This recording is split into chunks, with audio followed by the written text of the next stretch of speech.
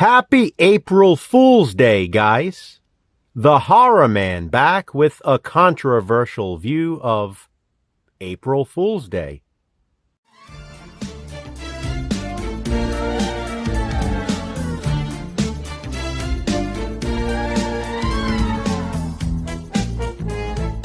As you know, Controversial View is the series in which Jason from Horrific Nightmares and I watch and discuss controversial movies. The controversies can vary from film to film. They can be simple, like subject matter, or more complex, like behind-the-scenes incidents. Regardless of what they are, Jason and I talk about them so you don't have to. Although in many cases, we welcome your input, and that is the case with April Fool's Day. In honor of today's date, we thought this was the perfect movie to give a controversial view. This here, by the way, as you can see, is my Scream Factory Collector's Edition Blu-ray, and I love this cover art. Now, please be warned, there will be spoilers in this video.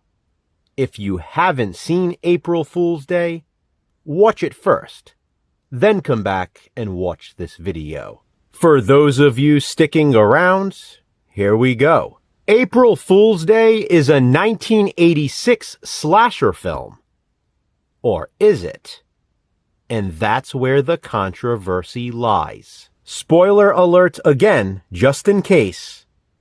No one dies in this movie. All of the purposefully off-screen kills are fake. The entire film is one big elaborate prank. It's not just an April Fool's Day joke on the characters either. It's an April Fool's Day joke on the audience. We think we're watching an 80s slasher, but we're not. Or are we?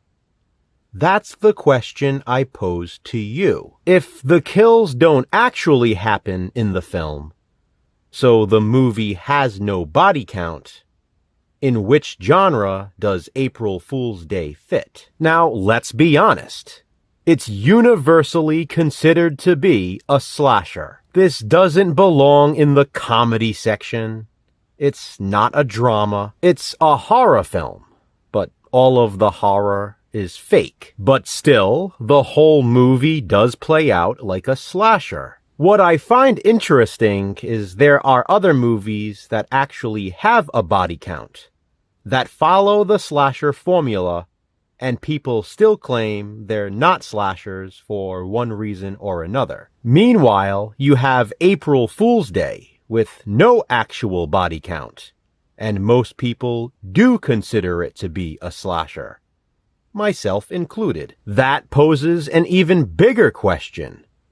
Is a body count actually required for a movie to be a slasher? Out of context, not considering April Fool's Day, the easy answer is absolutely. I'm sure most people would say yes. A body count is required. But if that is the case, then what is April Fool's Day? I've already given my answer. To me, it is a slasher.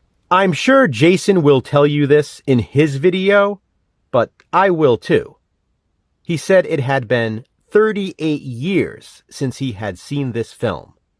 The last time he had watched it was when it was first released. Back then, he did not like it at all, mainly because of the twist ending. I assured him, though, he would probably love it this time, and he was looking forward to finally revisiting it. Well, thankfully, this time, he had a blast. He even said it was brilliant. And it is. I agree. Again, the brilliance is, it's not just an April Fool's Day prank on the characters. It's an April Fool's Day prank on us. Jason even said that played a big role in his disdain for the film previously. The fact that he felt fooled at the end. That's the point, though. It got us all the first time we watched. I'm a huge fan of April Fool's Day, so I could probably talk about it for hours. But I'll leave it here. But please, I'd really like to know your thoughts. Do you think April Fool's Day is a slasher or not? And if you don't, then what is it? Comment below and let me know. Either way, Jason and I watched it, and you should too. This is just my controversial view. Please be sure to check out Jason's as well. Which controversial movie or TV show will we view next? Check back soon to find out. Until then, remember, physical media matters. Happy April Fool's Day again, guys. Thanks for watching. Hit that thumbs up and, be kind, subscribe.